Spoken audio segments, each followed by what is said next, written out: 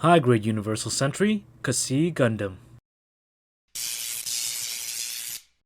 Hey, welcome back to the channel. We will be looking at something very special today. In celebration of the Gundam Hathaway movie being released, I will be taking a look at the C vs Penelope Funnel Missile Effect Set. However, since this box is so goddamn big, I will be splitting this into a 3-part series. And this will be part 1, introducing the HG Gundam. The high-grade Universal Sentry RX-105 HG Gundam, to be precise. The standalone HG was released in April of 2021, and the special edition came out later that month as well. The HG was piloted by Hathaway Noah, the main protagonist in the movie, and also the son of Bright Noah. Normally, I am not a fan of 1/44th scale kits. Usually they are too small for my liking, but this guy, he is huge! Generally, I do the size comparison later on in the video, however, I just want to show you the sense of scale. I mean, he completely towers over this 1/44th entry grade. Like, look, he's 2 times his height and 3 times as wide. And here it is next to a big 1/44th scale. In the real grade New Gundam, the HG still dwarfs it. So you can already imagine how big it is next to a Master Grade. Being next to the Master Grade MK2, they're pretty much the same size. If not, he's a little taller, but he has a smaller head. Here he is next to Amplified Machine Dramon. The HG won't be found lacking in any department here. And here he is next to his counterpart, the high-grade Odysseus Gundam. Stay tuned for part 2 when I review this guy and his flight unit. And here it is next to a high-end master model Wild Liger. And while we're at it, Dreadnought, Amiibo, Funko, Egbert. The size is definitely one of the main reasons I got him, but also, he looks very different. Personally, I like the design of this kit very much. Strangely enough, the angular look and the weird proportions definitely made it very eye-catching for me. Keep in mind that if you're used to building Master Grades, the build for this kit is pretty high up there, similar to a Master Grade. Though I can't say the same for all high grades, so this one's kinda special. I would also like to point out that this kit is fully panel lined, and I highly recommend that you do the same because this kit is like a sea of white. There's not much in terms of color separation, so panel lining it definitely breaks up the white. This kit also comes with some color correcting stickers, some orange on the legs and some yellows on the tip of the wings, however I don't think they look that great.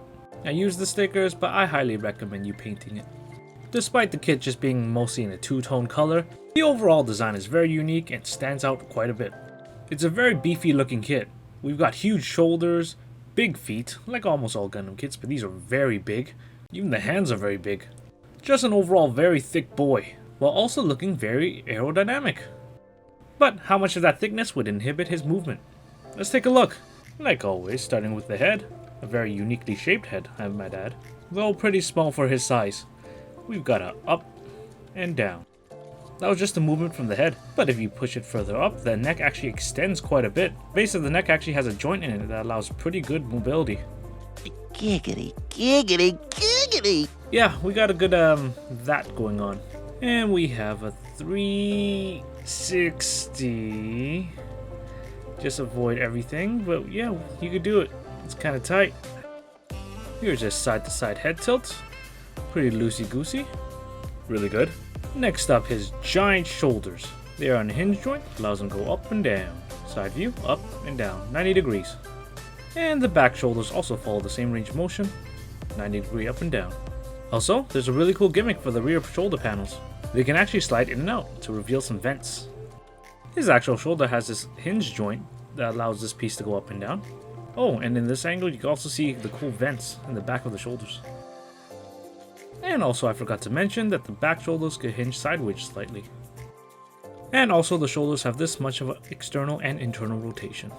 The whole arm could abduct this much. Not bad considering there's so much stuff in the way. And we have this much of an upper bicep rotation. It can definitely do a 360, but that spiky elbow part does inhibit it slightly. We have this much of an elbow bend. The forearm could 360, however, like I said earlier, it is inhibited by that spiky forearm piece. The hands could 360, and we got a pretty good wrist bend.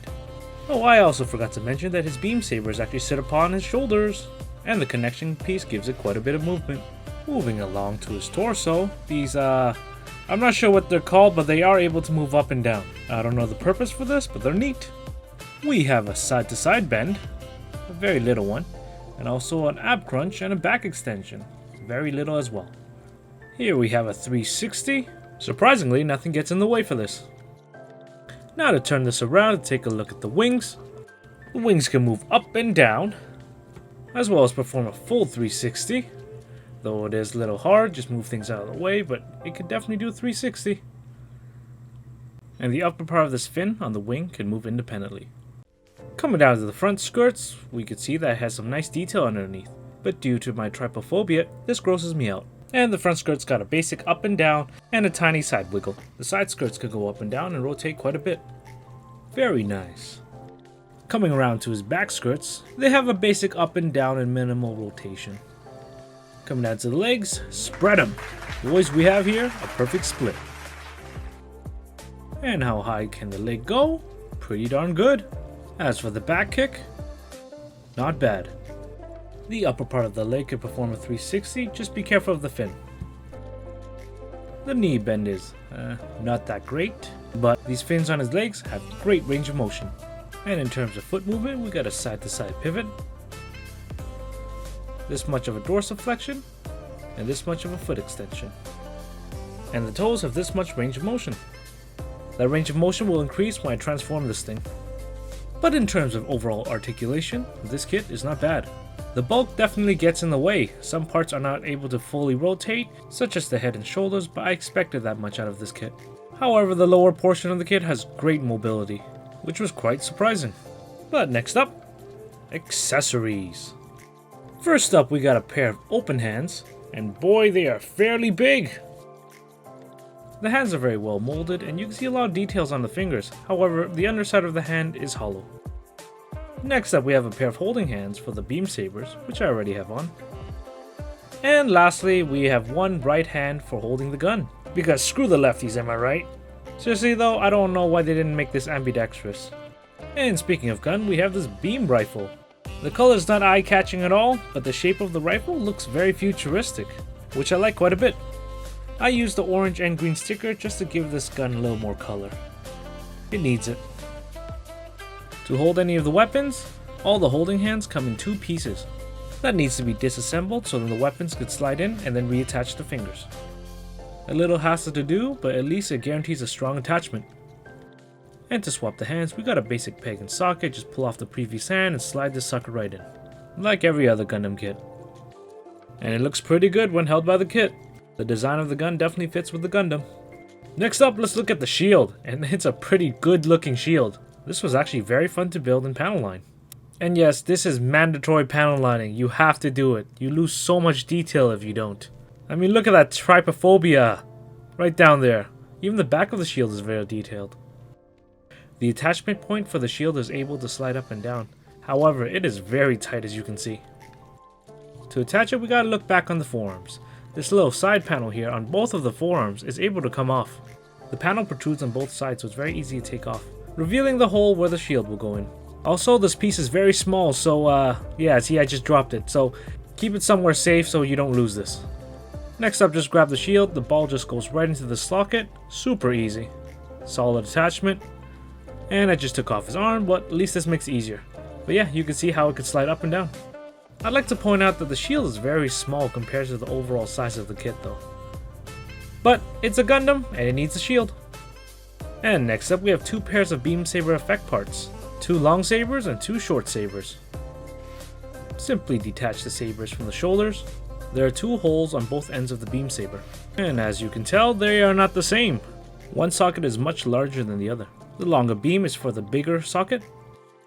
And there's a socket on the beam saber itself that goes into the holding hands. Just attach it the same way you would do the rifle, and voila. But you can also attach the shorter beam effect part onto the other side and make it a dual-bladed beam saber. Darth Maul, eat your heart out. Or you could just equip both for some dual-wielding, dual-bladed beam saber action. Before we take a look at the last accessory, I want to point out that because this is not the standalone and is part of the special kit, it comes with a clear action base adapter. The standalone kit actually comes with a purple adapter, which would be here.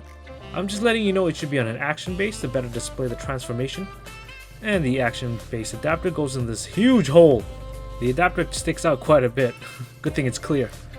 Moving along, we actually need these two adapter pieces to actually attach to the wings. So the wings could be in its flight mode, I guess. And to prep it for its flight mode, it needs an action base. This kit actually comes with another special action base, however I'm going to show that in part 3, along with the funnel effect parts. And now let's try to transform it. The manual shows you how to transform this thing, and I want to add that it's actually very easy. Just a couple pulling things off and turning things around. Just keep in mind you might need a baggie so you don't lose some parts. And let us begin. First things first, let's pluck off these wings. This exposes the adapter pieces here that you also have to pluck off, just so you can disassemble it. And pop off the other side. Now using these adapters from earlier, attach them right into the wings. Then you grab the blue part, which you disassembled from that back piece, put it on the recent attachment. Personally, I attach the wings after, because transforming the feet shakes the kit quite a bit. So to begin to transform the feet, you gotta take these side fins off, on both sides and on both feet. And be careful when you do, because they are very thin pieces. Next up, just turn the foot all the way down. And now since it's facing down, the angle of where you attach the fins are completely different. Do this for both sides and you're done the lower part. Time to attach the wings. Flip up the shoulders, front and back. Then you attach the wings right into these squared sockets. And there you go. In this position, you can spread out the wings in the back even more if you want. This kit is definitely more suited in aerial poses. And I must say, for its size, a dynamic pose in the air definitely is its strong suit. And even in a shelf next to some master grades, it's got some good shelf presence. And for my final part of the review, a shake test. Let's see how solid it is. I do this so you don't have to. Here goes nothing.